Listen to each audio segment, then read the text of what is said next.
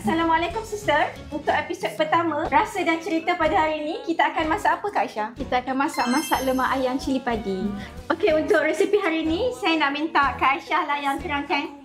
Okey, untuk bahan-bahan masak lemak ayam cili padi ni, kita ada ayam, kita ada kunyit, bawang merah, bawang putih, cili padi, kentang dan juga tomato, garam, gula secukup rasa, jangan lupa asam keping dan juga serai. Untuk santan, kita memang pakai brand Saji sebab kualiti dia bagus sangat.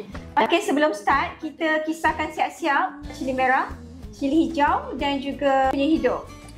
Kita juga akan masukkan bawang putih dan juga bawang merah.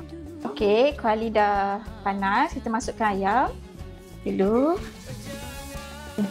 Okey, kita masukkan bahan yang dikisar tadi semua.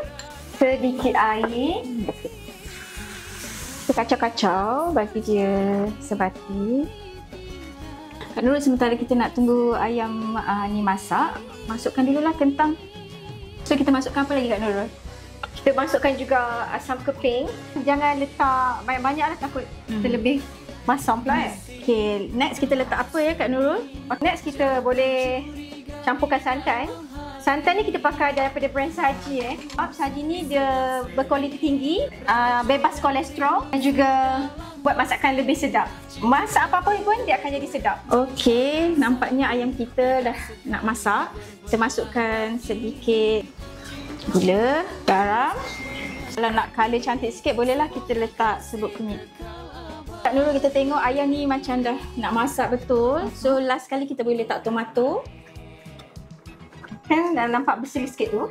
Kita boleh masukkan irisan daun kunyit.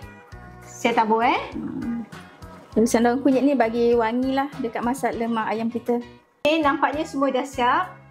Kita sedia untuk dihidang. Masak lemak daripada kami, The Corner Sister. Selamat mencuba. Jumpa di next episode. Bye.